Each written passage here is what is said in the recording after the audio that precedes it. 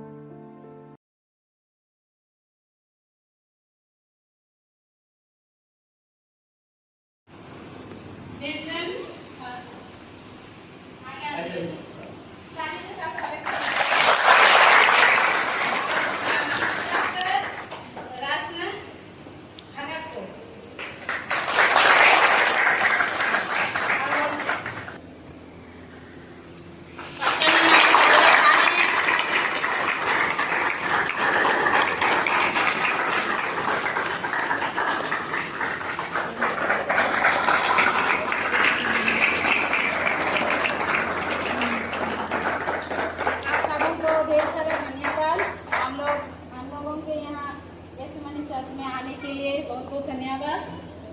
और भी कुछ हम लोग राखने के बाद ठीक है, स्वागत करती हूँ तालियों के साथ।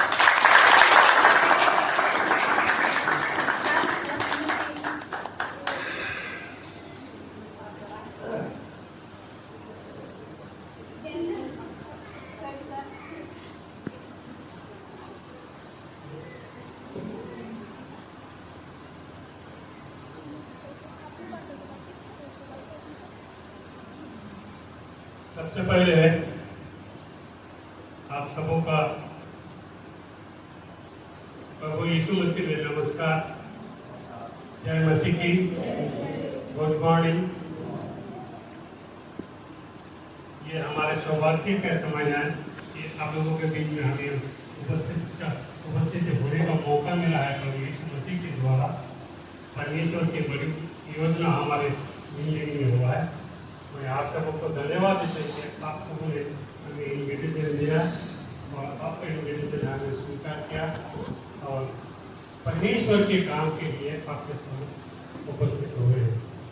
मैं आप लोगों का जो परमेश्वर की या यीशु मसीह की आराधना ऐसे ही दिल से करना चाहिए, जो उसको भाता है, उसको अच्छा लगता है। जब हम उसके पास आते हैं तो वो हमसे ऐसे ही आराधना, ऐसे ही उत्सर्ग चाहता है कि हम उसके लिए हम अपने जीवन को टुकड़े टुकड़े करें और उसके समक्ष हम अपने आप को पेश करें, ताकि उससे हम परमेश्वर के जो आशीष हमारे लिए रखा हुआ है वो हमें मिले और हमें देने के लिए वो तैयार है। आप सबों को ये उत्साह के लिए मैं आपको धन्यवाद देता हूँ। आप लोग ऐसे ही उत्साह से परमेश्वर की आराधना कीजिए और उसकी सेवा कीजिए। ये आपकी बहुत बड़ी परमेश्वर के सामने क्या होगा, एक अगरबत्ती जैसे बोलते हैं ना, जलाते हैं तो उसका धुआं परमेश्वर को बहुत अच्छा लगता है ना। परमेश्वर को भी ऐसी आराधना करने वाला को बहुत अच्छा लगता है और वो चाहता है कि इस प्रकार की आराधना वाले उसके सम्मुख आए। तो हम ये सुंदर मौका के लिए हम परमेश्वर को धन्यवाद देते हैं कि आपने मुझे रोजा दिया, उसी के अनुसार आज आपके सामने उपस्थित हुए हैं। और चाहता हूँ कि जितने भी समय में आपके सामने रहूँगा आपको, ताकि परमेश्वर की महिमा हो और हमारे जीवन के द्वारा हम जो कुछ भी करेंगे ताकि उसके द्वारा आपको आशीषित हो सके और आपको बहुत सकते परमेश्वर की ओर आगे बढ़ने में सहायता करें। बाकी समय को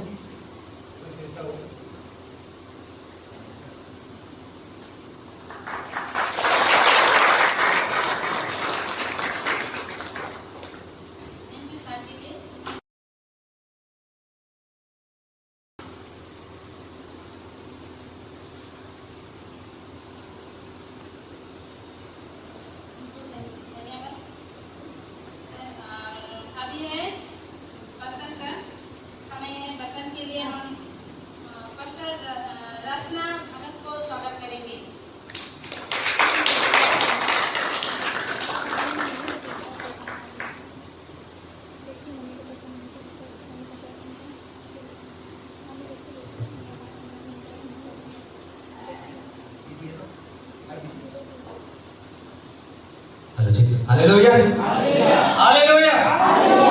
अच्छे हैं? आप खुले हैं? क्योंकि अब खुला होगा।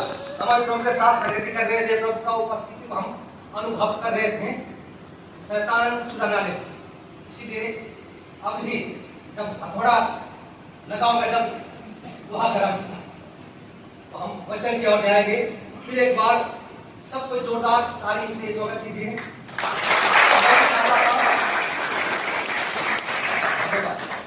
मैं भी चाहता था, क्योंकि अब ना ग्रीक, ना यहूदी, ना फुक्का, ना नेपाली, ना बंगाली, ना आदिवासी, ना तो आदम, ना तो हवा, हम सब प्रभु यीशु में एक हैं। हालेलुया। और जब देखते हैं पुराने नियम से लेकर नए नियम तक, इसमें महिलाओं की सबसे बड़ी हाथ है।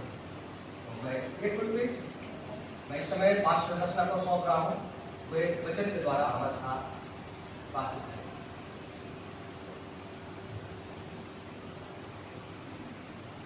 आप सबको पिता परमेश्वर प्रभु यीशु मसीह पवित्रात्मा के मधुर नाम में मैं परमेश्वर को धन्यवाद देती हूँ कि परमेश्वर ने आज मुझे बहुत ही सुंदर अवसर दिया, मौका दिया कि मैं आप सबों के बीच में आकर परमेश्वर के जीवित वचनों को बांटूं।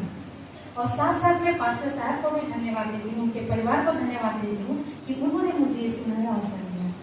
उसके साथ साथ में आप सब यहाँ बैठे सभी विश्वासियों को, चाहे वो महिला विश्वासी हो, चाहे पुरुष विश्वासी हो, जितने बच्चे बूढ़े जवान हो, सबका मैं धन्यवाद देती हूँ कि आप सब इस पवित्र भवन में आकर परमेश्वर के जीवित वचनों को सुनने के लिए एकत्रित हुए हैं, उपस्थित हुए हैं। और ये सब सिर्फ और सिर्फ संभव है किसकी वजह से? सिर्फ और सिर्फ हमारे परम प्रधान जीवित परमेश्वर की वजह से। तो हम सब एक साथ मिलकर बोल सकते हैं, जय मसीह की, hallelujah hallelujah, praise the Lord, amen. जब पास्टर साहब ने हमें यहाँ आने के लिए बोला, परमेश्वर के जीवित वचनों को बांटने के लिए बोला, तो मैं और मेरे परिवार बहुत, सच में मैं हृदय से बोलती हूँ कि बहुत ज्यादा आनंदित हुए, खुश हुए।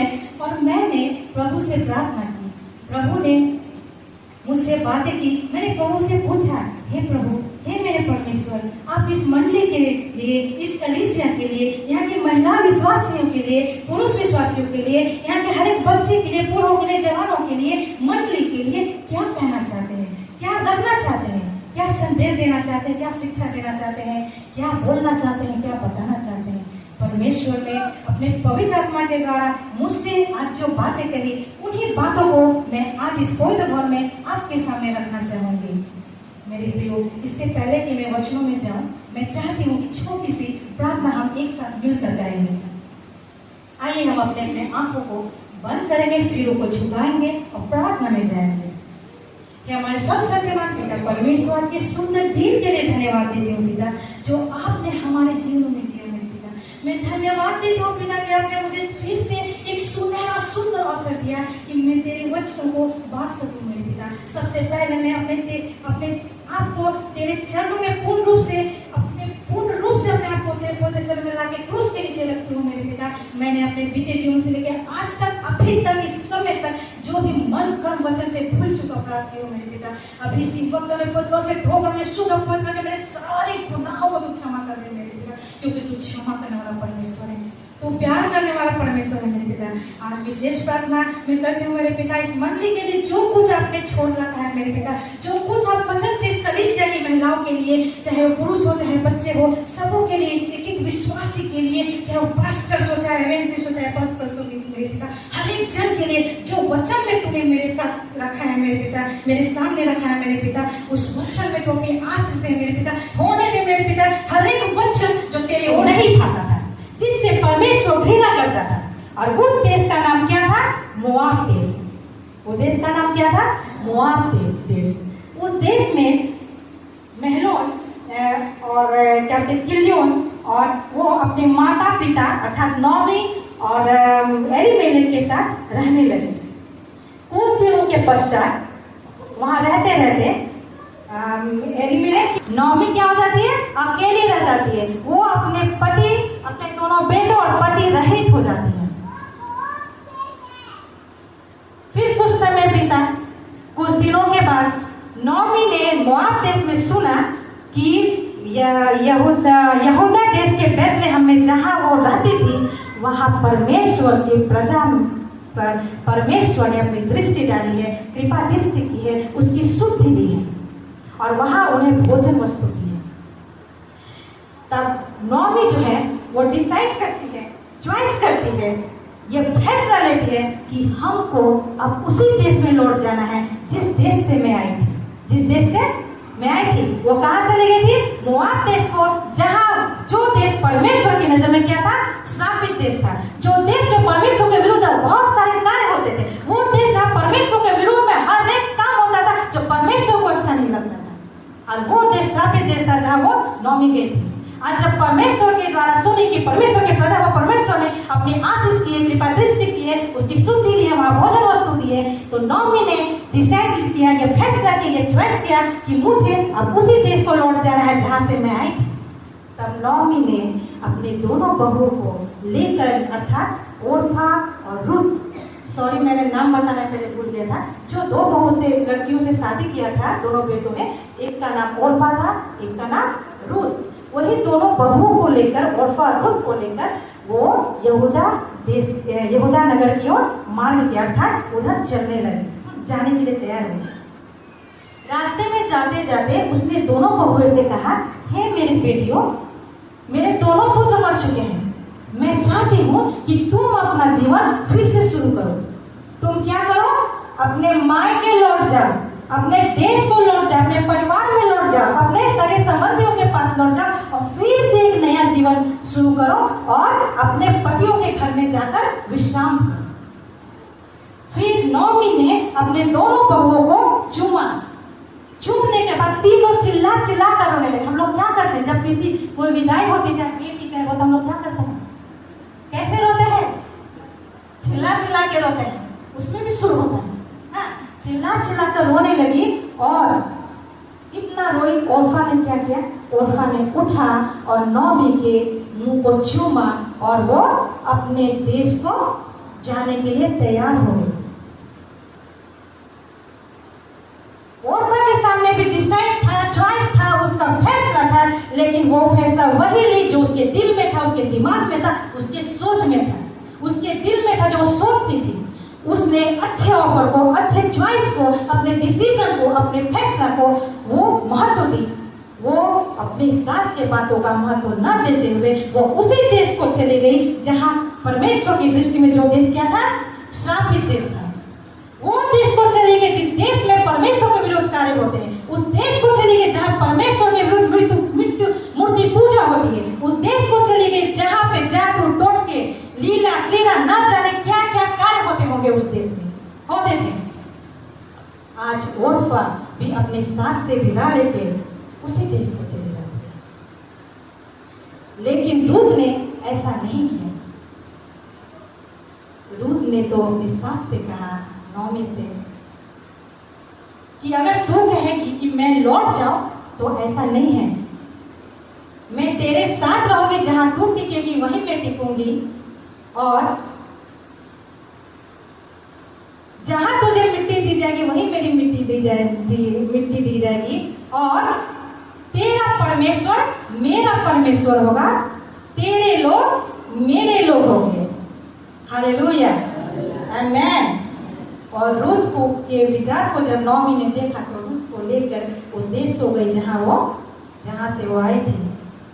उसके बाद जब रूत नौमी उतने दिन के बाद अपने घर को वापस आती है तो ऑलरेडी हर एक आदमी पूछेगा, भाई तुम कहाँ से आए, कहाँ थे, कितने दिन कहाँ थे, कहाँ चले गए थे। वैसे वहाँ हलचल मच गई कि अरे बहुत नौमी आई है। और स्त्रियों ने आकर पूछा, क्या तुम नौमी हो? नौमी ने क्या जवाब दिया जानते हैं? नौमी ने बोला, मुझे नौमी ना कर मेरे प्रियो, मुझे मारा कर। मुझे क्या कर? मारा कर। क्योंकि जब मैं यहाँ से गई थी तो भरा पूरा गई थी, अच्छे स्थिति में गई थी, हरा भरा परिवार लेके गई थी, लेकिन आज जब मैं वापस आई हूँ तो छूछे आई हूँ, अर्थात खाली हाथ आई हूँ। आज मेरे पास कुछ भी नहीं है, आज मेरे पास कुछ भी नहीं है। और उस दिन नौमी रूत वहां रहने लगी। मेरे प्रियो, मैं चाहती हूँ कहानी बोलूंगी तो बहुत ज़्यादा लंबा होगा, इसलिए आप अपने अपने घरों में जो जानते हैं बहुत अच्छी बात है, जो नहीं जानते हैं वो अपने अपने घरों में जाकर कृपया इस कहानी को पूरा जरूर पढ़ेंगे, अवश्य पढ़ेंगे।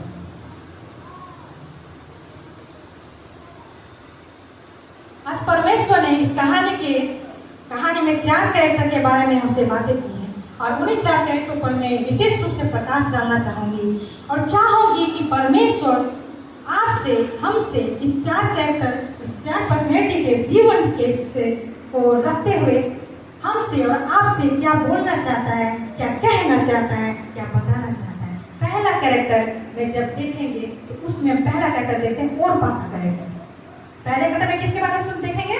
ओर्फा के जीवन के बारे में, कि परमेश्वर हमसे, आपसे, इस कलीसिया से, इस महिला विश्वासिनियों से, पुरुष विश्वासियों से, यहाँ के बच्चों से, बूढ़ों से, जवानों से, लड़के से, लड़कियों से परमेश्वर ओर्फा के जीवन के द्वारा क्या कहना चाहता है, क्या बोलना चाहता है, क्या शिक्षा देना चाहता है।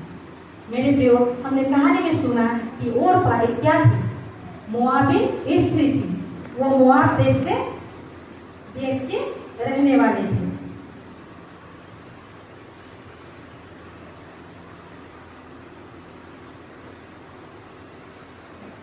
जब ओर्फा का पति मर गया तो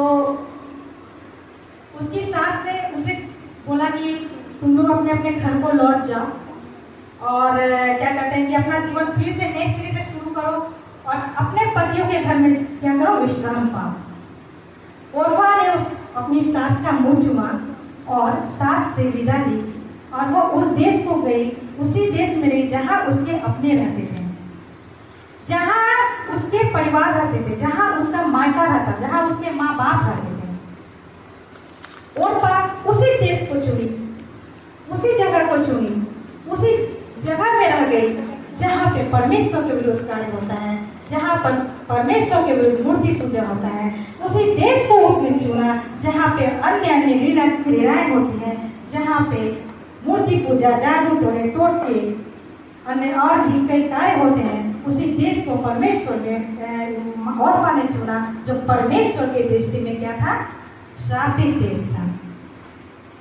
और वो फिर से अपनी देवी देवता की ओर चली गई, अपने से पुराने रीति रिवाज में चली गई, अपने पुराने संस्कारों में चली गई, अपने पुराने सारे संबंधियों में जाके मिल गई, अपने पुराने रीति रिवाज, परंपरा, सोच, विचार, उठ बैठ, क्रियाकलाप, कर्म में चली गई। उसी देश को चली गई जो वो छोड़ कर आई थी, जो छोड़कर इसके घर में बह गई थी, वो फिर उसी जगह चली गई। ओर्फा ने वो डिसीजन, उस फैसले को, चॉइस को जो लिया, जो उसके दिमाग में चल रहा था, वो अपने सास के प्रपोजल को, सास ने जो कहा उसी बात को महत्व दी जो उसके दिमाग में चल रहा था, जो सास ने उसे बोली उसके बारे में उसने कोई महत्व नहीं दिया।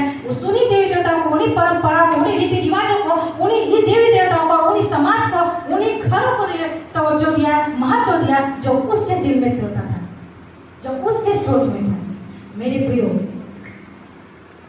आज भी हम अपने जीवन में बहुत समय ऐसा होता है कि हम महिलाएं विश्वास नहीं हो, चाहे कोई भी हो, जितने भी मेंबर हैं कलीसिया के, चाहे मंडली के, आज हम भी उसी तरह से गलत डिसीजन, गलत सोच, गलत डिसीजन, गलत फैसला लेते हैं और हमारा जीवन क्या होता है? पीछे चला जाता है। हमारा जीवन क्या होता है? पीछे चला। हम उसी श्रापित देश में चले जाते हैं, उसी श्रापित जगह चले जाते हैं, उसी श्रापित संस्कार में चले जाते हैं। सही फैसला, सही चॉइस किया और उसने वो फैसला किया कि मैं उस देश को जाऊंगी जहां परमेश्वर का देश है। जरा सोचिए मेरे लिए, एक औरत, एक स्त्री का जब पति मर जाता है, उस पर क्या बीती होती? ना उसके आगे कोई था, ना उसके पीछे कोई था, क्योंकि तो पीछे तो छोड़ चुकी थी सारा चीज। आगे उसके सामने कुछ भी नहीं था कि उसे कौन खिलाएगा, उसे कपड़े कौन देगा, उसका भरण पोषण कौन करेगा, वो नहीं जानती थी। वो उस देश का चुनाव करती है जहाँ के लोगों को वो नहीं जानती। वो बिल्कुल अकेले थी, सामने उसको कुछ नहीं था कि मैं जाऊंगी तो मेरा भरण पोषण कौन करेगा, मैं जाऊंगी तो वो खिलाने वाला कौन होगा। वो सीधे बुरी सास के सहारे थी उस समय, बाहरी रूप से देखते हैं। लेकिन रूथ परमेश्वर पर भरोसा करती थी। रूथ अन्य जाति की स्त्री होते हुए भी सच्चे और जीवित परमेश्वर को जाना समझा। वो क्या थे? मैं बार बार बोलूंगी, वो अन्य जाति की स्त्री थी। क्या थे? एक अन्य जाति की स्त्री थी। अन्य जाति की स्त्री होते हुए भी उसने उस परमेश्वर को जाना जो सच्चा और जीवित परमेश्वर है। क्या हम और आप जानते हैं कि वो परमेश्वर कितना शक्तिशाली है? वो हमारा जीवित परमेश्वर है। एक अन्य जाति की स्त्री जब जान सकती तो मैं और आप क्यों नहीं? अवश्य ही जानेंगे और जानते हैं। हालेलुया, आमीन। रूथ ने भी परमेश्वर को जाना, एक अन्य जाति की स्त्री होते हुए भी परमेश्वर सच्चे जीवित परमेश्वर को जाना और अपना फैसला सही वक्त पर डिसीजन फैसला लेती है कि मैं उस देश को जाऊंगी जहाँ परमेश्वर का देश है, परमेश्वर का अनुग्रह है। क्योंकि रूथ कभी नहीं जानती थी, नहीं उस देश को गई थी, कि नहीं जानती कि वहाँ के लोग कैसे हैं, वहाँ के रीति रिवाज कैसे हैं, वहाँ का उठ बैठ कैसा है, वहाँ का चाल चलन कैसा है, उसके ससुराल कैसे है। वो सिर्फ अपनी बूढ़ी माँ के साथ परमेश्वर की इच्छा के अनुसार, परमेश्वर की योजना के अनुसार, परमेश्वर का भरोसा करते हुए, परमेश्वर को भावता हुआ अपने चाहते हुए, अपने जीवन को समर्पित करते हुए, उस पर भरोसा करके सारे जीवन को फैसला उस पर छोड़ते हुए उस देश का चुनाव करती है जिस देश को वो नहीं जानती थी, जहाँ के लोगों को नहीं जानती थी, जहाँ के परिवार को वो नहीं पहचानती थी। उस पूरी सास के साथ वो उस देश को चली जाती है, सिर्फ और सिर्फ किसके लिए? परमेश्वर की योजना और उसकी इच्छा को समझकर उस देश को चली जाती है। वो समझती है कि मेरा जो भरोसा है वो किस पर है? परमेश्वर पर, ना कि अन्य देवी देवताओं पर, ना कि मूर्ति पूजी का पूजा करने वालों पर, ना कि जादू टोने करने वाले पर, ना कि अन्य परमेश्वर के विरोध में कार्य करने वालों पर। सिर्फ और सिर्फ परमेश्वर पर वो भरोसा की और उस देश का वो चुनाव करती है जहाँ परमेश्वर का अनुग्रह है, आशीष है। हालेलुया, आमीन।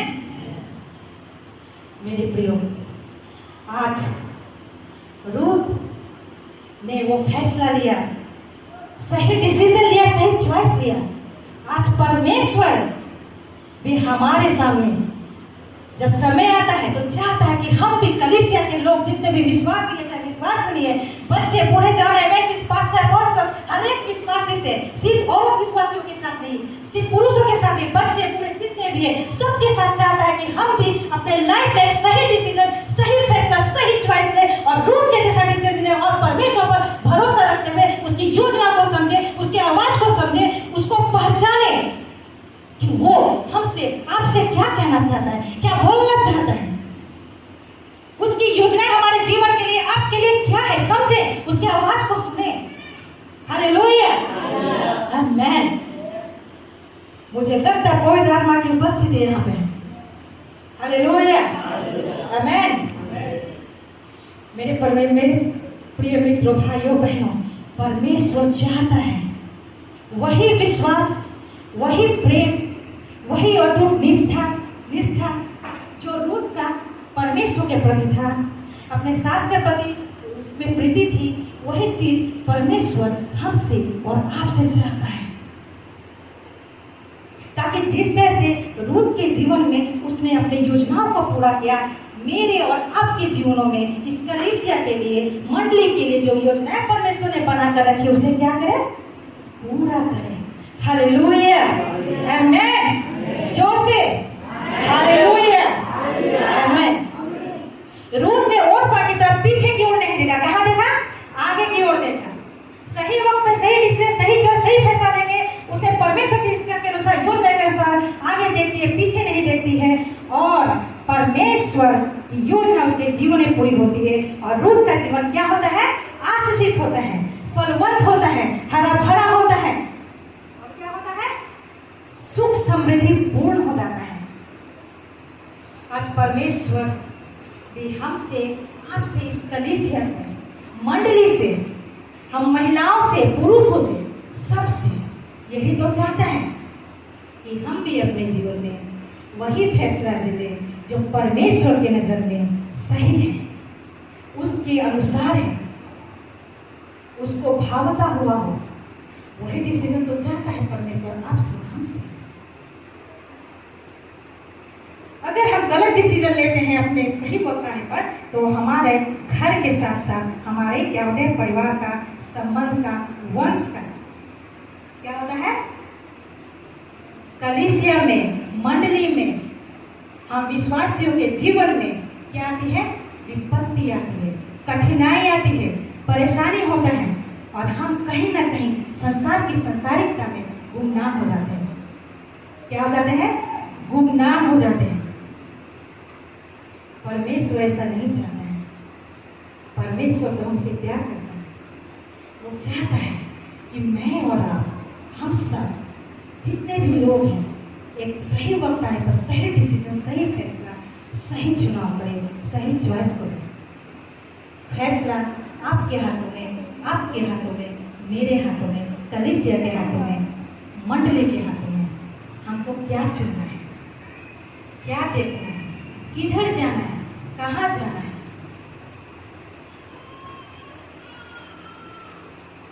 मेरे प्रिय, अब आइए तीसरे कैरेक्टर के बारे में बात करते हैं।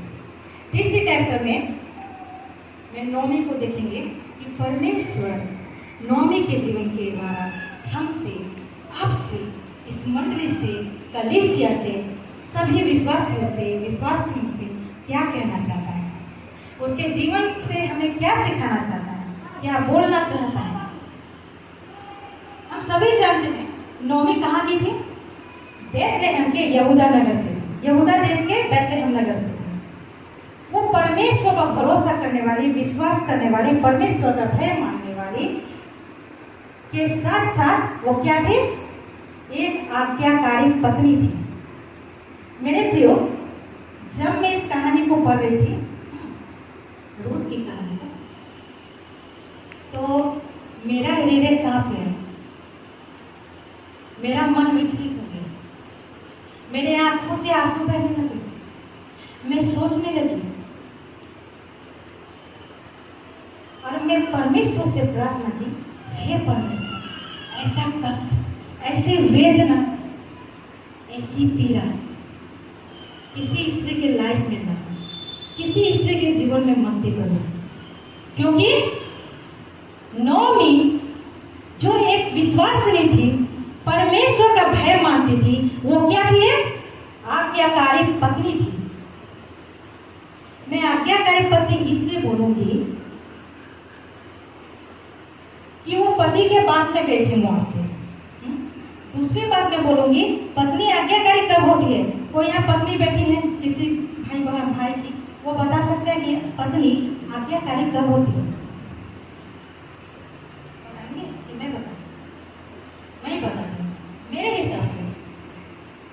एक तो परमेश्वर का भय मानती है, पहला परमेश्वर के बातों पे चलने वाली, परमेश्वर की आवाज को सुनने वाली, सही वक्त पर परिवार को सही दिशा लेके जाने वाली।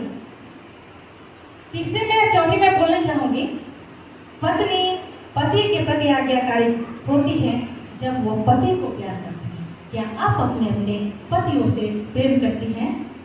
परमेश्वर से ज्यादा या परमेश्वर से ज्यादा? पहले किसको प्रेम करती है? बोलिए, इतना हिचकिचाना। मैं सबसे पहले परमेश्वर को प्रेम करती हूँ, सब जाकर मैं अपने पति को प्रेम करती हूँ, जो फैक्ट है मेरे लाइफ का। सबसे पहले मेरे जीवन में परमेश्वर है, तब मेरा पति है, बच्चे हैं, मेरा परिवार है। नौमी आज्ञाकारी पत्नी थी, वो अपने पति को प्यार करती थी, हर आज्ञा को मानती थी। जरा सोचिए, एक स्त्री का पति मर जाता है, 2 बेटे मर जाते हैं, जिसका भरा पूरा संसार होता है, वो एक झटके में खत्म हो जाता है। उस पर क्या बीतती? मैं सोचा, प्रभु परमेश्वर ऐसा कष्ट, ऐसी पीड़ा, ऐसी वेदना किसी को न दे। क्योंकि नौमी कितनी पीड़ाओं से गुजरी होगी, कितना दर्द भरा जीवन होगा उसका हृदय कितना रोता होगा। ना उसके कोई आगे है, ना पीछे है, ना उसको देखने वाला है, ना बुढ़ापे का सहारा है जो चला गया। वो वेदनाओं को समझिए। मेरे हिसाब से यहाँ बैठे हम सब उस वेदनाओं को, उस पीड़ा को, उस कष्ट को नहीं समझ सकते, शायद नहीं समझ सकते, क्योंकि ये कष्ट, ये पीड़ा, ये वेदना, ये जो ताड़ना है, वही समझ सकता है सबसे ज्यादा जिस पर बीतती है। सोचिए, थोड़ा सोचिए, कोशिश कीजिए 9वीं पे क्या बीती होगी, क्या जीवन हुआ होगा उसका। मेरे आंखों से आंसू बह रहे हैं। मैं सोचने पर मजबूर हो गया, प्रार्थना करते और किसी स्त्री के जीवन में ऐसा समय ना आए। लेकिन जब सही वक्त आता है डिसीजन लेकर, चॉइस लेकर, फैसला करने का, तो 9वीं परमेश्वर फैसला लिया और फैसला लेता है, सही चुनाव लेती है और फिर अपने देश को आती है। पहले जिंदगी उसकी क्या थी? हरी भरी थी। जब उसने एक गलत फैसले का जो मौत दे जाती है, उसके कारण उसका जीवन क्या होता है? तनाव से, दुखों से, वेदनाओं से भर जाता है। लेकिन वो गलती जब वक्त आता है, 9वीं सही डिसीजन लेती है, परमेश्वर की इच्छा को समझती है, परमेश्वर पर विश्वास करती है और वही डिसीजन लेती है, वही चॉइस लेती है, वही फैसला लेती है जो परमेश्वर चाहता था, जो परमेश्वर के इच्छा के अनुसार था। मेरे प्रिय बहनों, परमेश्वर भी हमसे, आपसे, इस मंडली से, कलीसिया से, हर एक जन से यही चाहता है कि हम भी अपने फैसले को, अपने जो डिसीजन है, चॉइस है, उसको सही ढंग से ले, परमेश्वर की इच्छा के अनुसार ले, जो परमेश्वर को भाता हो वैसा हो। हम वैसा डिसीजन ना हो जो हमारे वंश के लिए, घर के लिए, परिवार के लिए, संबंधों के लिए, हमारे कलीसिया के लिए, हमारी मंडली के लिए वो क्या हो जाए? बर्बादी का कारण बन जाए और परमेश्वर से हमारा नाता टूट जाए। जो नाता परमेश्वर के साथ होना चाहिए वो टूट जाए, जो रिश्तेदार, जो रिश्ता परमेश्वर के साथ होना चाहिए वो रिश्ता खत्म हो जाए। परमेश्वर ऐसा नहीं चाहता है। परमेश्वर तो चाहता है कि हम उसकी आवाज को पहचानें। परमेश्वर तो चाहता है उसके प्रेम को जाने, उसकी योजनाओं को समझने की कोशिश करें, उसकी इच्छा को समझने की कोशिश करें और सही वक्त पर सही डिसीजन, सही चॉइस, सही फैसला लें। चॉइस हमारे हाथ में है, क्या करना है। क्योंकि 9वीं ने जो गलती की है, इस बार जब डिसीजन लेने का समय हुआ, उसने पीछे नहीं देखा बल्कि आगे देखा और उसका जीवन क्या हुआ? हरा भरा हुआ, समृद्धि से पूर्ण। हालेलुया। चौथे कैरेक्टर में मैं बोझ के बारे में बोलना चाहूंगी। यहाँ देखते हैं कि परमेश्वर बोझ के जीवन से, कलीसिया से, हमसे, आपसे क्या कहना चाहता है, क्या शिक्षा देना चाहता है। इस कहानी को जब पढ़ी तो मैं देखी बोझ जो है इस पूरे कहानी का मुख्य हीरो है। क्या है? मेन रोल उसका है, क्योंकि इस पूरे कहानी को परमेश्वर के द्वारा का जो इच्छा था बोझ के द्वारा पूर्ण होती है। बोझ एक क्या था? परमेश्वर का भय मानने वाला था, परमेश्वर का भय मानने वाला पुरुष था, वो परमेश्वर की इच्छा पर चलने वाला पुरुष था। और बोझ के द्वारा ही परमेश्वर रूथ और नॉमी के जीवन की जो योजनाएं बनाई थी वो किसके द्वारा पूरी हुई? बोझ के द्वारा। बोझ के द्वारा ही रूथ के जीवन में वो इच्छा पूरी हुई, परमेश्वर ने जो योजनाएं बनाई थी पूरी हुई और बोझ रूथ और नॉमी का छुड़ाने वाला बना। परमेश्वर आज हमसे और आपसे चाहता है कि हम भी बोझ के जैसे हो, बोझ के जैसे फैसला जो सही वक्त आता है, जिस तरह से बोझ ने फैसला लिया, डिसीजन लिया, चॉइस लिया, हम भी, आप भी सही वक्त आने पर जब हमें मौका मिलता है तो सही फैसला, सही चुनाव का चयन करें, ना कि गलत फैसले का चुनाव करें, गलत डिसीजन, गलत चॉइस लें। तो मेरे प्रियो, हमने 4 कैरेक्टर को देखा, 4 पर्सनैलिटी को देखा और चारों के डिसीजन, चॉइस और फैसले को भी देखा, सुना। इन चारों कैरेक्टर के जो डिसीजन, फैसले, चॉइस है उसमें सबसे उल्टा चॉइस, डिसीजन, फैसला किसका? ओरपा का था। Very good, thank you, praise the Lord. Orpah ने एक गलत डिसीजन लेके उसने क्या किया? परमेश्वर के इच्छा के विरोध काम किया। जो परमेश्वर का इच्छा नहीं था, जिसमें परमेश्वर की कोई मर्जी नहीं थी, वो डिसीजन ओरपा ने लिया और इसका नतीजा क्या होता है? वो संसार में विलीन हो जाती है। उसने आगे की तरफ नहीं देखा, क्या देखा? पीछे की तरफ देखा और वो क्या हो जाती है? संसार की संसारिकता में खो जाती है। क्योंकि परमेश्वर नहीं चाहता हम और आप और की तरह गलत डिसीजन लेके अपने पुराने जीवन में चले जाएं, अपने पुराने क्रियाकलापों में चले जाएं। वो नहीं चाहता कि हम परमेश्वर के विरोध कार्य करें, परमेश्वर की योजनाओं के खिलाफ डिसीजन ले, परमेश्वर को न भाता हुआ डिसीजन ले, चॉइस ले, फैसला ले। वो ये भी नहीं चाहता कि हम लूत की बीबी की तरह डिसीजन ले, चॉइस ले, फैसला ले। परमेश्वर तो चाहता है हम आगे की तरफ देखें, पीछे की तरफ ना देखें। दूसरी कैरेक्टर हम रूथ को देखते हैं। रूथ का जो फैसला था सही वक्त आने पर उसने क्या किया? परमेश्वर के इच्छा के अनुसार डिसीजन लिया। परमेश्वर को भाता हुआ जो डिसीजन और फैसला है, चॉइस है, उसने उसको लिया। डिसीजन है, चॉइस। तीसरी कैरेक्टर में हम नॉमी के बारे में देखेंगे। नॉमी जो अपने जीवन में गलती की थी, उस गलती को क्या किया उसने? जब चांस मिलता है, मौका मिलता है, तो उस गलती को उसने अपने चॉइस को, अपने डिसीजन को, फैसले को सुधार दिया। वो वही डिसीजन, वही चांस, वही फैसला लेती है जो परमेश्वर को भाता है। वो वही फैसला, वही चांस, वही डिसीजन लेती है जो परमेश्वर की इच्छा के अनुरूप होता है, जो परमेश्वर की योजना के अनुसार होता है। और वो आगे की ओर देखती है, पीछे की ओर नहीं देखती है। अपने पुराने कर्मों को नहीं याद करती है, अपने पुराने रीति रिवाजों को नहीं याद करती। जो वहां छोड़ के आई थी उसने उसे छोड़ दिया और आगे की ओर देखी। और आगे की ओर देखने के कारण उसका घर परिवार, उसका जीवन क्या हुआ? सुख समृद्धि पूर्ण हुआ, आशीषित हुआ, अनुग्रहित हुआ। और जिसकी वो इच्छा रखती है, उसकी इच्छा के अनुसार सारे काम उसके जीवन में पूरा हुआ जो परमेश्वर ने उसके लिए बनाए। चौथा कैरेक्टर हम बोअज का देखते हैं।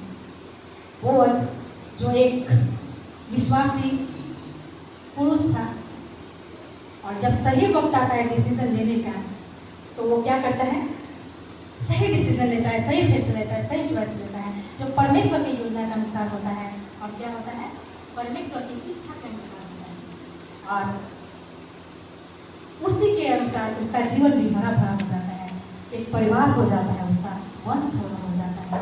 परमेश्वर हमसे और आपसे यही तो चाहता है, यही तो चाहता है कि हम और आप सही वक्त आने पर एक सही डिसीजन, सही चॉइस, सही फैसला का चुनाव करें, ताकि हमारा जीवन फलवंत हो, खुशहाल हो, आशीषित हो, अनुग्रहित हो, सुख समृद्धि से पूर्ण हो, हमारे वंश अच्छे हो, घर घराना भरा पूरा रहे, हमारे संबंध अच्छे हो, परमेश्वर का आशीष हो, हमारा मंडली, हमारा कलीसिया, हमारे भाई बच्चे, अपोस्टल जो भी है, सब पे ये लागू होती है।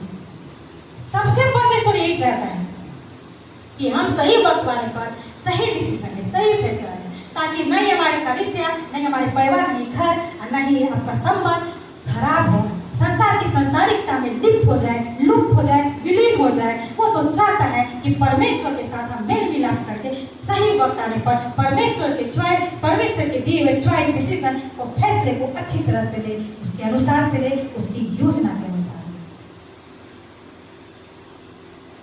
मेरे प्रिय, हमने 4 कैरेक्टर को देखा। चारों कैरेक्टर में जो हमें जीवन में जो हमारे घर के लिए, परिवार के लिए जो अच्छा है, उसको हम अपनाएं। मेरी आपसे यही अनुरोध है, ऐसा ना हो कि हमारे जीवन में ऐसा कुछ हो जो हमें परमेश्वर के पास जाने से रोकता है, परमेश्वर की इच्छा के विरुद्ध कार्य करने से को उकसाता है, परमेश्वर के विरोध जाने में हमको सहायता करता है। ऐसी कोई चीज है अगर हमारे जीवन में, ऐसी कौन सी चीजें जो परमेश्वर के पास जाने से, परमेश्वर की इच्छा को जानने से, परमेश्वर की योजना को समझने से, परमेश्वर की रास्ते पर चलने से, ऐसी कौन सी चीजें हमको और आपको, इस संसार के कौन से काम है जो हमको और आपको, इस कलीसिया को, मंडली को, औरत को, महिला को, पुरुष को, बच्चे, बूढ़े, जवान को रोकती है? अगर ऐसा कुछ है, तो आज अभी इसी वक्त, इसी सभा से, इसी परमेश्वर के भवन से, पवित्र भवन से आज हम ये ठान ले, ये हम प्रण ले लें, आज अभी इसी वक्त यहाँ से ये फैसला करें कि हम अपने लाइफ में सही चॉइस, सही डिसीजन, सही फैसला, सही वक्त आने पर क्या करेंगे? लेंगे। जो परमेश्वर को भाता हो, जो परमेश्वर की इच्छा के अनुसार हो, जो परमेश्वर की योजना के अनुसार है, जो परमेश्वर ने हमारे और आपके लोगों, आप लोगों के, आपके जीवनों के लिए, आपके जीवनों के लिए परमेश्वर ने जो योजना बनाई है, वो सही वक्त पर सही चुनाव, सही डिसीजन, सही फैसला है। परमेश्वर हमसे यही चाहता है, आपसे यही चाहता है। आइए मेरे प्रिय भाई बहन, उसके बुलाहट को समझे, उसके प्यार को समझे, उसके बलिदानों को समझे। वो चीज जो हमारे पीछे, वैसी कौन सी चीजें, कौन सी मजबूरी है, कौन सी कमजोरी है, उसे आज अभी इसी वक्त यहाँ से छोड़ दें और सही डिसीजन, सही फैसला, सही चुनाव करें, ताकि जिस तरह से परमेश्वर ने रूथ के जीवन में किया, नौमी के जीवन में किया, बोझ के जीवन में किया, उसने सही डिसीजन, सही वक्त पर सही चॉइस, सही डिसीजन लिया। आज परमेश्वर भी हमसे, आपसे यही चाहता है कि जिस तरह से रूथ, बोझ, नौमी ने सही वक्त पर आने पर सही डिसीजन, सही चॉइस, सही फैसला लेती है और परमेश्वर के योजना के अनुसार उसके जीवन में कार्य होते हैं। परमेश्वर भी वही चाहता है हमारे और आपके जीवन में वो अपनी योजनाओं को पूरा करे। जिस तरह से रूथ के जीवन में बोझ के द्वारा कार्य होता है और अंततः एक समय ऐसा है, परमेश्वर का अनुग्रह तो देखिए कि नौमी रूथ क्या होती है, रूथ एक दिन क्या हो जाती है, क्या हो जाती है, हाँ? महान राजा दाऊद की परदादी बन जाती है। हालेलुया, आमेन। क्या हो जाती है, महान राजा। देखिए परमेश्वर का अनुग्रह उस औरत में कैसा होता है कि अंततः वो जाकर क्या होती है, महान राजा दाऊद की परदादी होती है। क्यों होती है, क्योंकि परमेश्वर की इच्छा पे वो चली थी, परमेश्वर की योजनाओं के अनुसार उसने डिसीजन लिया था, परमेश्वर की इच्छा के अनुसार उसने सोचा था, परमेश्वर की योजनाओं के अनुसार उसने अपना फैसला किया था। आज वही कारण है कि रूथ आगे चलकर क्या होगी, आशीषित होगी, उसका परिवार, उसका वंश, उसके बच्चे आशीषित होते हैं और दाऊद की परदादी होती है। आज परमेश्वर आपसे, हमसे, इस मंडली से, महिलाएं से, पुरुषों से, बच्चे, जवान, लड़के, लड़कियों, कलीसिया से, हर एक विश्वासियों से परमेश्वर चाहता है, परमेश्वर चाहता है कि हम भी आशीषित हो, आगे की ओर ना देखे, पीछे, आगे की ओर देखे, पीछे की ओर ना जाए, अपने पुरानी परंपराओं में ना जाए, रीति रिवाजों में ना जाए, बल्कि परमेश्वर तो कहता है मेरी आवाज को सुनो, मैं सामने खड़ा हूँ, पीछे मत देखो, आगे देखो, क्योंकि मेरे पास तुम्हारे लिए बहुत सारी योजनाएं हैं जो मैं पूरा करना चाहता हूँ। तुम सही वक्त आने पर सही डिसीजन, सही चॉइस, सही फैसला करो। हालेलुया, आमेन। मैं सोचती हूँ, आशा करती हूँ कि इन वचनों के द्वारा आप सब बहुत आशीषित हो रहे हैं। परमेश्वर आपको बहुत अयत से आशीषित करे। धन्यवाद।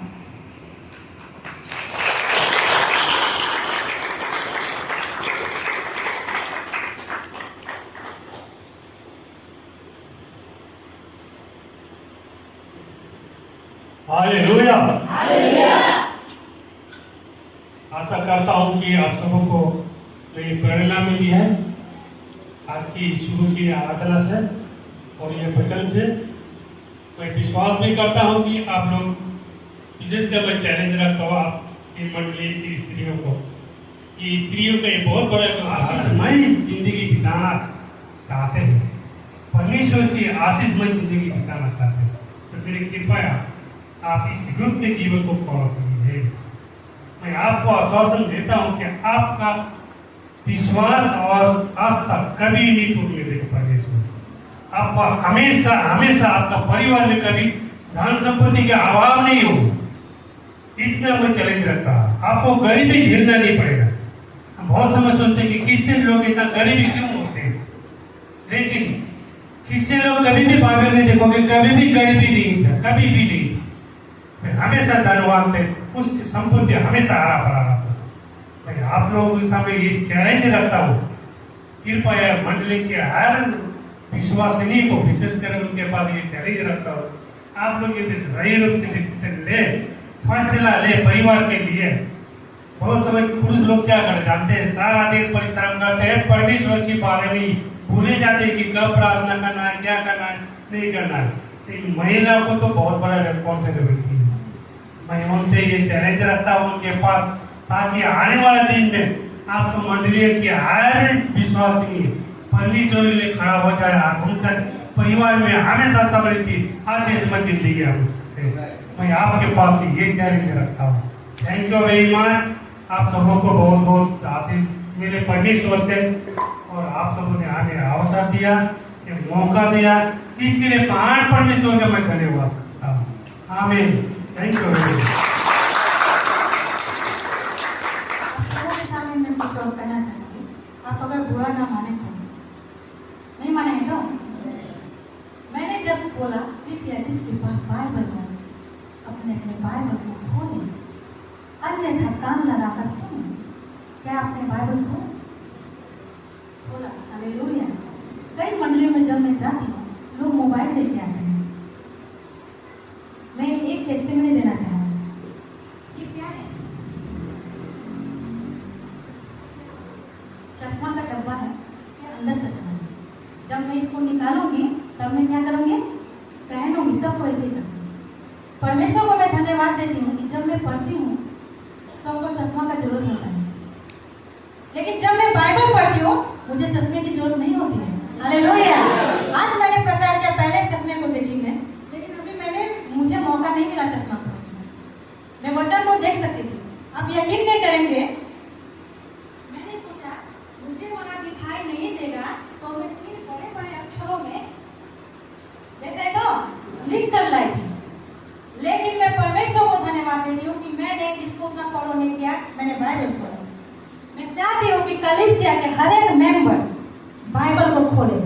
इससे क्या होगा? सिर्फ आपके नहीं, आपका हर चीज ठीक होगा। उदाहरण में आपके सामने मैंने टेस्टिमनी भी दिया। बाइबल तो होता है, प्रचार करते हैं लोग तो हाँ हाँ देख लेते हैं, लेकिन उसको पढ़ना भी जरूरी है, पढ़ना भी जरूरी है। Thank you.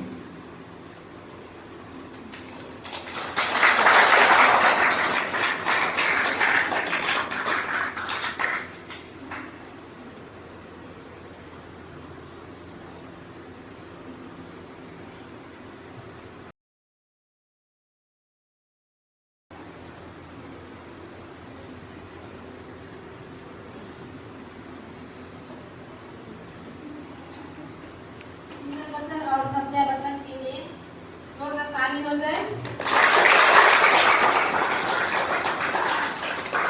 सबों को समझ में आया? बहुत अच्छी तरह से समझाए। एक बात ना सच्चे में सुन रहे थे, जीतने में खुश हुआ। तो कहीं नहीं खुपा लगे ना छुआ सच्चे में। धन्यवाद। फिर आगे बढ़ जाएंगे। आगे है गवाही। जिस किसी का गवाही है सप्ताह महीना भर का आज का, तो कृपया आज यहाँ आके 3 निर्देशक दे सकते हैं। 2 का है, 2 का नाम दे सकते हैं।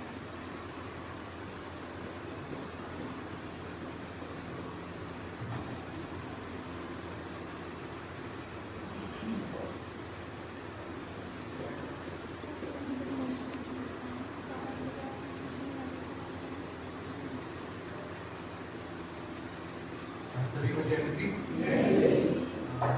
अगला मैं हफ्ता में नहीं था, मैं कोलकाता में था, तो आज मुझे मौका मिला फिर मेरा चर्च में आने का, और मैं बहुत खुश हूँ क्योंकि कलकत्ता में मैंने चर्च किया था। आपको सबको मालूम है, मैं कलकत्ता में गया था काम के लिए, तो कलकत्ता में मैंने चर्च किया था।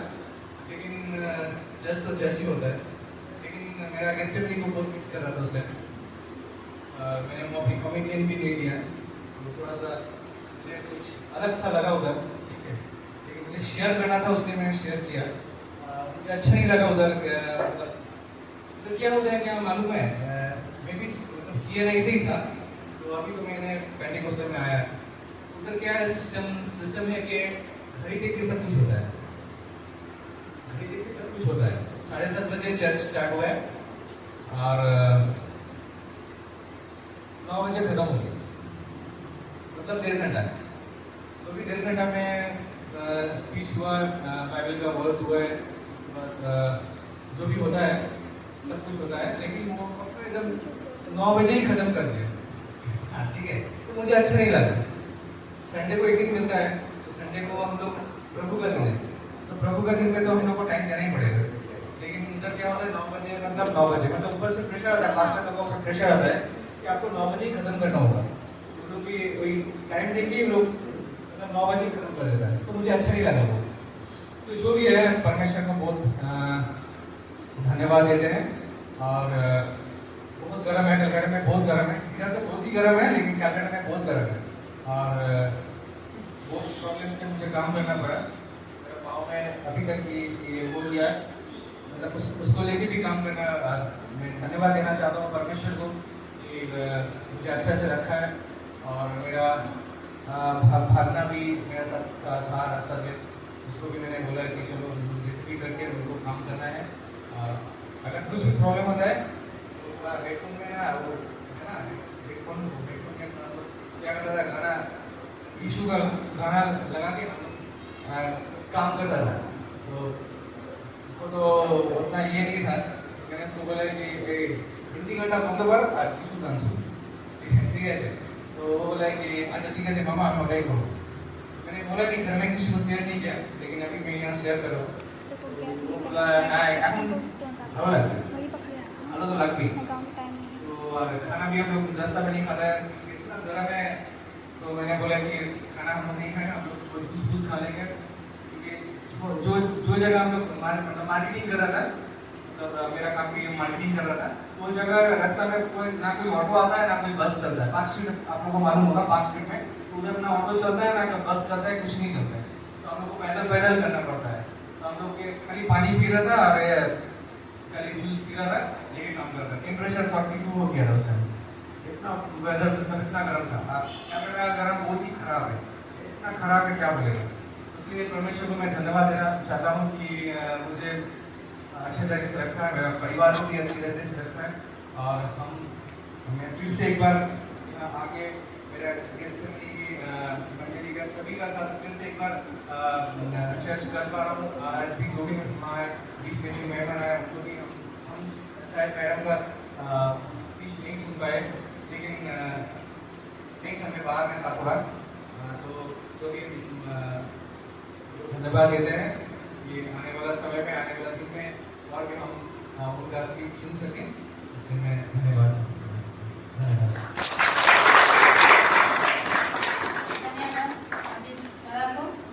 यहाँ पर आके गवाही थे, सच्चे में हम लोगों को घंटा वाला विश्वासी बना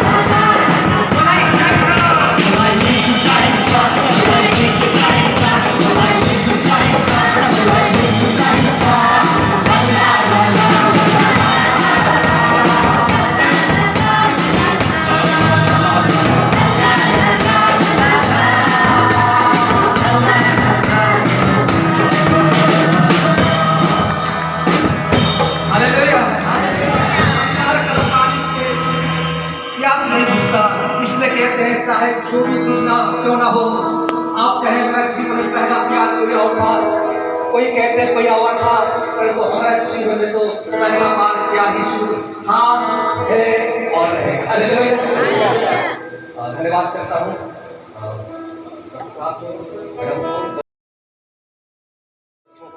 इतनी धूप में भी मैं आप लोगों को विशेष करके हो सकता है बहाना बहुत, मम्मी सिर दर्द कर रहा है या मम्मी पेट दर्द कर रहा है, बहुत बहाना कर सकता है। हम मान भी लेते हैं, मामा पापा कैसे होते हैं जिसका बहुत सख्त केवल नहीं होते हैं, बहुत प्यारा भी होते हैं, हम मान भी जाते हैं, परंतु प्रभु की भवन में आप आए अपने पापा के साथ, ये भी बड़ी उपलब्धि है आपके लिए, ये जाया नहीं जाने वाले, यानी कि ब्लेसिंग होने वाली है और शुरू हो गई है। हमारे लिए निरंतर प्रार्थना कीजिएगा। छोटा सा प्रेम स्वरूप हमारे दोनों जन को मैं छोड़ता हमारे गेथसेमनी चर्च की ओर से एक प्रेम स्वरूप मैं चाहता हूँ ग्रहण करने के लिए भी आपको बहुत बहुत धन्यवाद।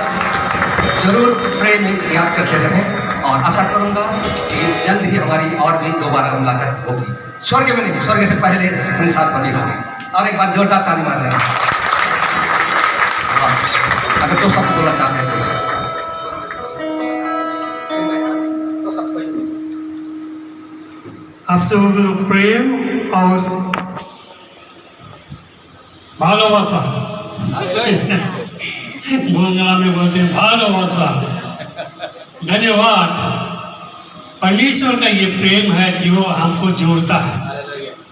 अगर परमेश्वर का प्रेम नहीं होता तो आपके यहाँ मैं उपस्थित नहीं होता, ना आप मुझे इन्विटेशन देते। ये है परमेश्वर का प्रेम जो हमें एक दूसरे को धागे की तरह बांध कर रखता है। मैं प्रार्थना करता हूँ कि आने वाला दिन में ऐसे ही हमारा प्रेम प्रभु यीशु मसीह में आगे बढ़ते जाए और हम दिन प्रतिदिन उन्नति की ओर शिखर में चढ़ते जाए और हमारा विश्वास का जो ताकत बहुत आगे बढ़ते जाए। और मैं यही प्रार्थना यही दुआ करता रहूँगा और आप लोगों से निवेदन भी करता रहूँगा कि आप लोग भी हमारे लिए प्रार्थना करेंगे कि आने वाले दिन में हम परमेश्वर को और भी अधिक दे सके, उसको समय दे सके और उसके लिए हम अपने जीवन को व्यतीत कर सके। थैंक यू, धन्यवाद। आप सबको बहुत बहुत आशीर्वाद परमेश्वर की ओर से मिले।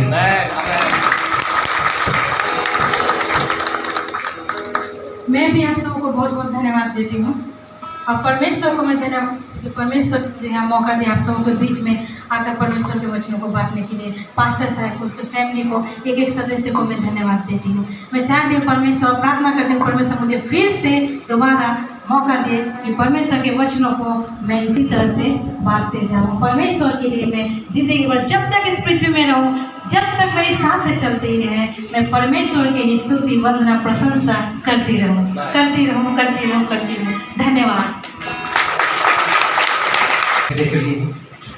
यही हमारा सौंदर्य है।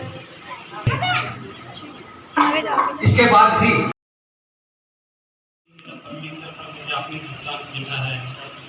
आपका बेटा बेटी परमेश्वर सुधी समय आपका भवन उपस्थित देता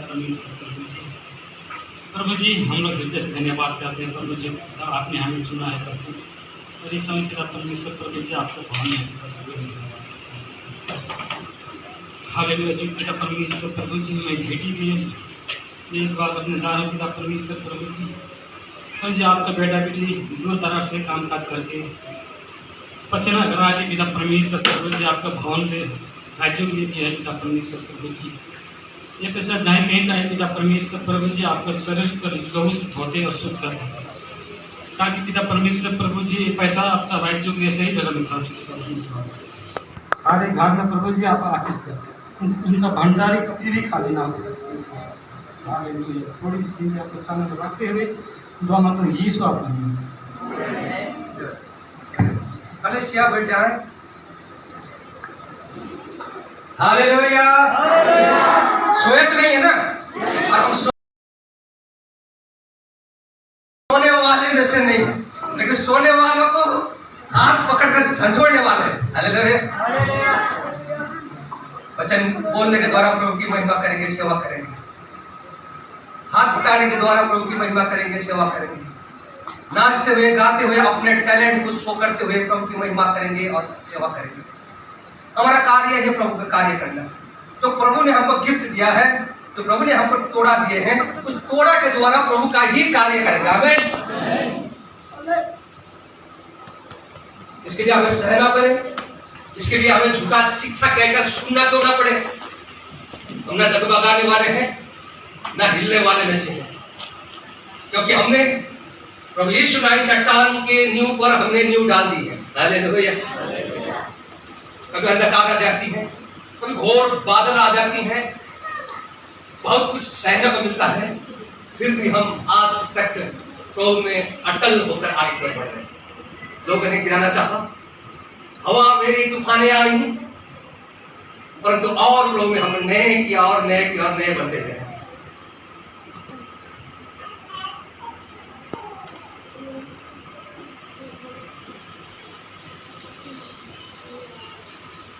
हम गेत्सेमनी आर्थिक हिस्सा पेंटिकोस्टल इंडिपेंडेंट चर्च में जितने भी हम सेवाएं कर रहे हैं,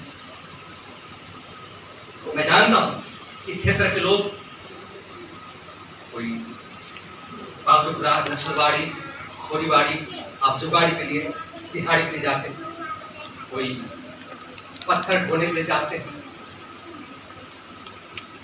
इसके बावजूद भी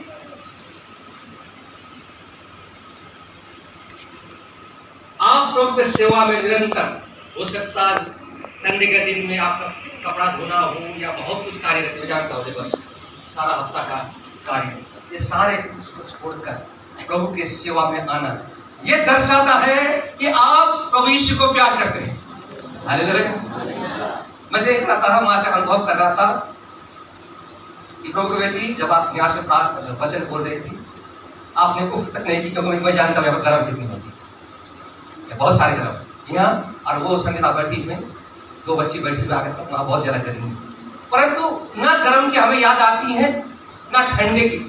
हम इतनी महदूस हो जाते हैं, लोग हमें पागल बोलते हैं, लोग हमें क्या बोलते हैं, पागल बोलते हैं, लेकिन हम इसमें ही खुश हैं।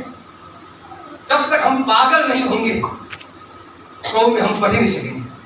हमारा आवाज अच्छी हो ना हो, नाक से गाते हैं कि मुख से गाते हैं, हमें कोई परवाह नहीं है, क्योंकि हम पागल लोग हैं, परमेश्वर को महिमा के लिए गाएंगे। हम थिरक जानते हैं या नहीं जानते, बड़ी बात नहीं होता है, मैं भी थिरक जाता हूँ, क्योंकि जब भी बजता है तो मुझे दाऊद याद आता है। हालेलुया। 10 तारे वाजा बजाते हुए, उछलते हुए, गाते हुए याद आती है, मैं उछलने लगता हूँ। जब बोलने की बारी होते हैं तो प्रभु यीशु कहते हैं, तुम घबराते क्यों हो, तुम नहीं, परंतु मैं बोलूंगा, तो वो बोलता है पवित्र आत्मा। हालेलुया। इसलिए इसका नाम होते हुए भी आप अगुवाई नहीं करते हैं, समझ जाएगा बाबा, आगामी दिनों पर कभी भी मैं मौका नहीं, क्योंकि छोटे से आपका नाम यहाँ पर लिखा जाता है कि आप अगुवाई करो, आप ये करो, आप वो करो। क्योंकि मैं एक आपका आदमी पिता होने का कारण भी कलेशिया में हमारे बड़े लोग सुना चाहते हैं, गाया मैं इधर ही मौका देती हूँ, क्योंकि हमारे बच्चे सीखेंगे तो मैं और ऊपर सीखेंगे, तैयारी हो जाएगी। कब रविवार को प्रचार करने का मौका भी आपके लिए एक सम्मान, तैयारी हो जाइए। हमारा सप्ताह भर सेवा का है ना, एक दिन छुट्टी होगा, कौन दिन, शनिवार, वो भी छुट्टी नहीं है। हमारे बच्चे लोग प्रैक्टिस करते हैं, कल 9:30 तक उनके साथ में था, ऑनलाइन के माध्यम से। ये होता है क्योंकि प्रभु का आगमन निकट है, कब जो आ जाए हमें पता नहीं, परंतु जब हम तैयारी को मिलेंगे, बादल का सवारी में उठा लिए जाएंगे प्रियो। हालेलुया। हमारे मेहमान आए हैं, मैं प्रार्थना कर रहा था और हमने आपके लिए ही, आपके परिवार के लिए हम कुछ माता मिलकर शुक्रवार को कहा, इसलिए मैंने मतलब साहब को फोन कि हम प्रार्थना के द्वारा ही मैं फोन कर दूँ। तो आज का वचन जो बोली गई बहुत बड़ी लेसन, बहुत बड़ी, इसको मैं बोलने जाऊंगा तो बहुत लंबा। ये ऐसा ही नहीं था, पवित्र आत्मा का अगुवाई से था। हम काल में परसों दिन की यहाँ से खत्म होने के बाद मैं सिलगुड़ी चर्च में था और हम वहाँ भी प्रार्थना कर रहे थे। और सिलगुड़ी चर्च के फाउंडर हमारे अध्यक्ष आदमी है रेवरेंड गोविंद जी का, और हमारे आदमी की माँ पास्टर जी माँ, हमने भी प्रार्थना की। और वहाँ भी गेस्ट आया हुआ है, वहाँ से चेन्नई से आया हुआ है हमारे पास्टर बा, और मुझे जो ऑर्डिनेशन देने वाले बिशप जी चेन्नई से आए हुए, तो वहाँ भी प्रार्थना करने और पास्टर रचना भगत के लिए भी हम प्रार्थना कर रहे थे, सब के लिए प्रार्थना कर रहे थे। और हमारे पास्टर जिम्बा की ओर से आप दोनों को जय मसीह भेजा हुआ है। तो मैं कहना चाहता हूँ जय मसीह। मैं आशा करता हूँ आप सभी का आइए मैडम सर आइए।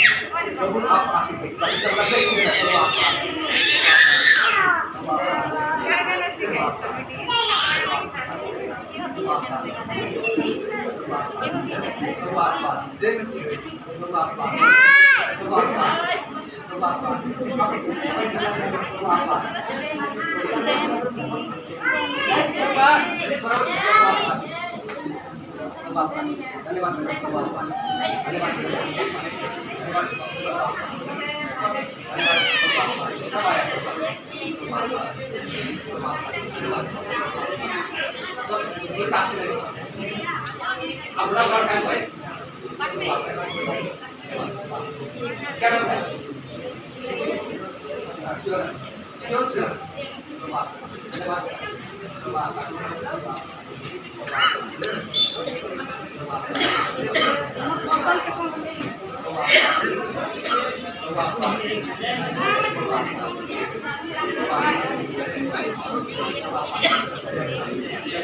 तुम आ जाएगा जाना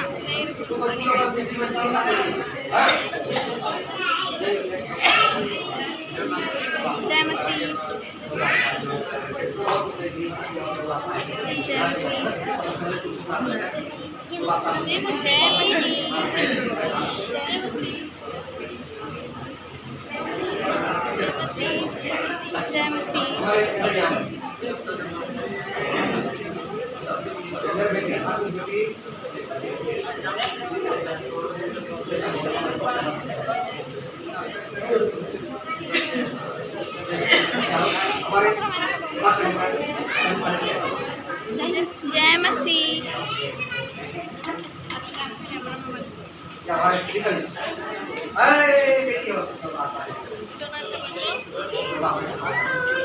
जय मसीह जय मसीह बहुत अच्छा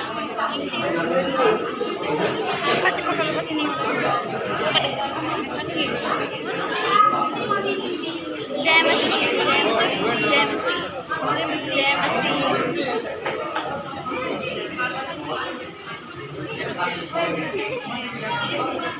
जय मसीह जय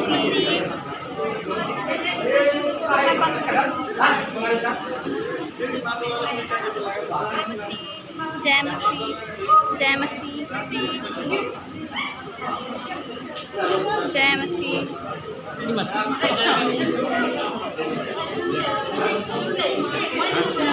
हाँ